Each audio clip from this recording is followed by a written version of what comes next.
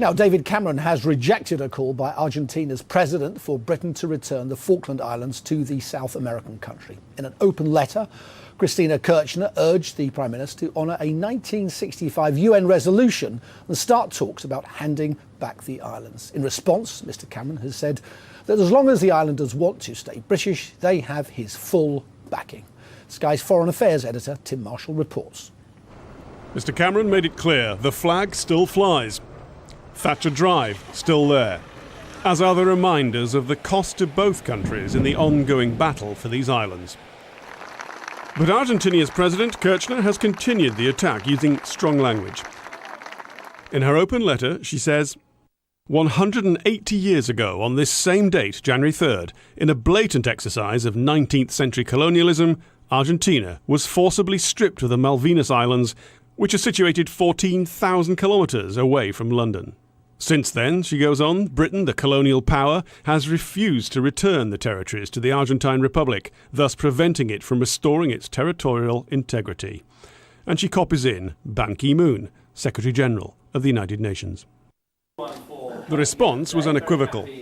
The future of the Falkland Islands should be determined by the Falkland Islanders themselves, the people who live there. Whenever they've been asked their opinion, they've said they want to maintain their current status with the United Kingdom. They're holding a referendum this year, and I hope the President of Argentina will listen to that referendum and recognise it's for the Falkland Islanders to choose their future. And as long as they choose to stay with the United Kingdom, they have my 100% backing. At least it's a diplomatic battle. 3 decades on from the war, which took 907 lives, Argentina continues to press the issue. The government now is not in the same path that that Argentina used to pursue. Now it's again a position of pushing the British government into negotiation and not paying attention to the islanders themselves. That's because Buenos Aires knows the islanders will vote overwhelmingly in the March referendum to remain a British overseas territory.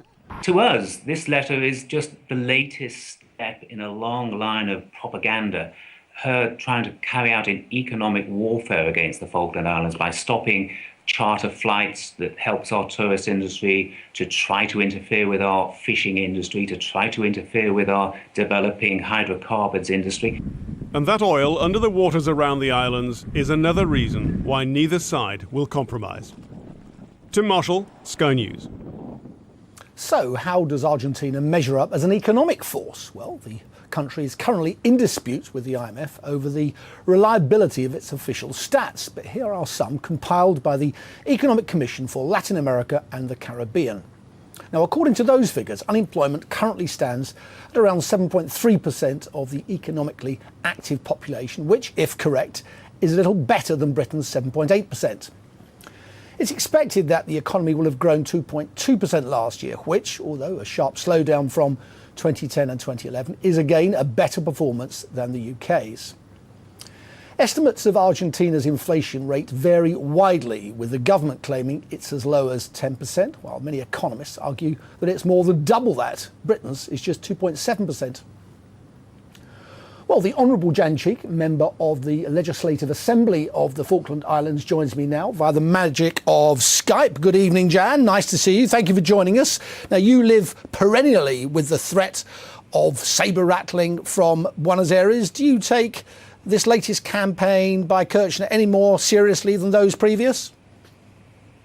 No. I mean, there is a nuisance factor, and it's no coincidence that they upped their game considerably 2 years ago when the latest round of oil exploration started.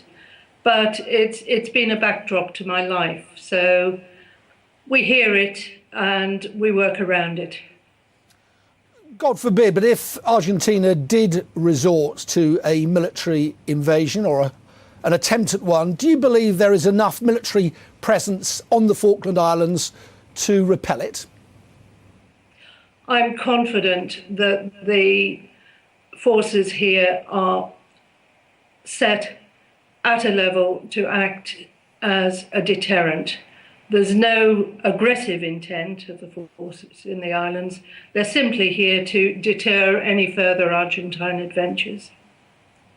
Now, as I understand it, the population of the Falklands is about 3,000. Did you ever feel uncomfortable about the enormous cost you are imposing on the British Exchequer? I think it's about £60 million a year.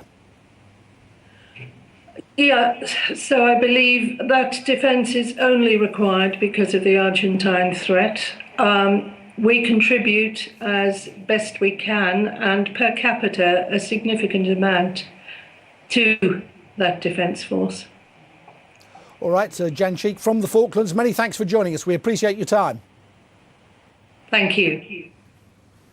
Well, joining me now is Professor Victor Bulmer-Thomas, an Associate Fellow at Chatham House and a Latin America specialist. Nice to see you, Professor. Thanks for coming in. Now, there's not a banker in the world who believes the official inflation rate from Buenos Aires. Why is Kirchner cooking the books?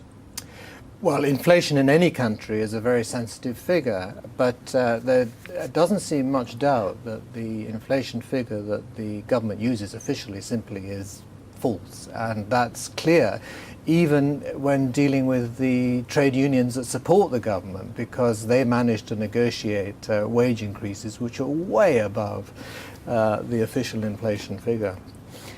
Isn't it the truth that Argentina is able to reduce the level of its debt repayments because some of them are linked to the rate of inflation? And clearly, if it says inflation is lower than the real rate, it's getting away with something. Well, that is true, but of course the real reason why Argentina has been able to reduce its debt burden is because of the haircut that the creditors were asked to take some years ago. I mean, that is a far more significant reason for why Argentina has a relatively livable debt burden at the present. Carrying on with inflation, isn't the currency giving the game away here? Yes, although I think the wage increases are giving it away as even more, and indeed nominal interest rates are nearly 20%. You would expect a country with rampant inflation to suffer devaluation. I look here in 2009, £1 bought 5 pesos. Today it buys 8 pesos.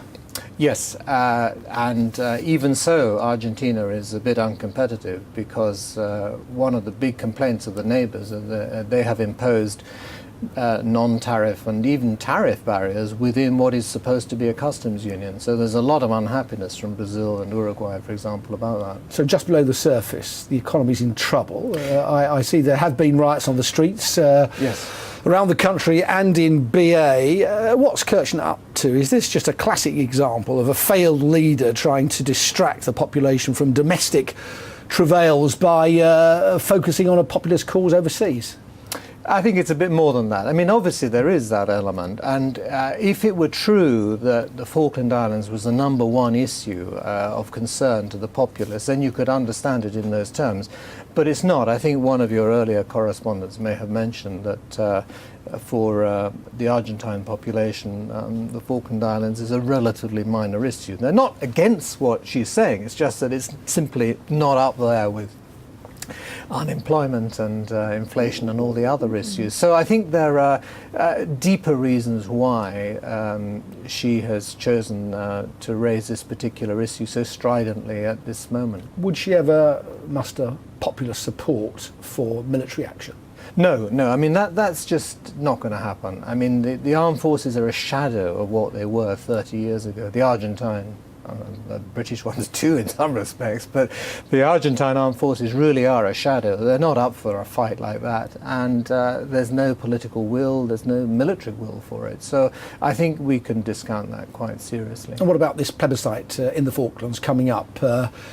We expect, do we not, for it to show almost 100% approval of staying with the Crown? Yes, it will. I think there's not much secret about that. It will be overwhelmingly in favour of the status quo. So what's the diplomatic position after that? Doesn't Cameron just say, well, here we have it, thank you very much, Ms Kirchner, please be quiet? Well, he can do that, and the cost will be relatively minor, but there will be a cost, and that is that this is an issue of some salience among Argentina's South American partners. And Argentina is a member of UNASUR, the Union of South American Countries, and they do show solidarity with one another. For example, a British frigate was not allowed to land in Peru last year, and The right noises will be made by the neighbours, and this is clearly a little bit awkward for Britain and indeed British companies when competing for state contracts and all that sort of thing. So sure, I mean the coalition government can take the line that it's is currently taking, but the issue won't go away. I mean, it's true, it's been around for 180 years, so it's unlikely that it will get resolved very quickly. But it is an issue, it has to be addressed. Very briefly, Professor, she's an old-style tub-thumping populist. What's her prospects in Argentine politics? How popular is she? Well, that's a very tricky issue because there are congressional elections this year, and the omens are not that great for her. Not that the opposition will win a majority, but just that she will no longer have the majority required to change the constitution. So her own chances for re-election in 2015 are looking not great. All right, Professor, many thanks. I think we heard your phone going off there. Sorry Perhaps about that's Kirchner calling to complain. You're in trouble. Nice to see you. Thanks for coming in.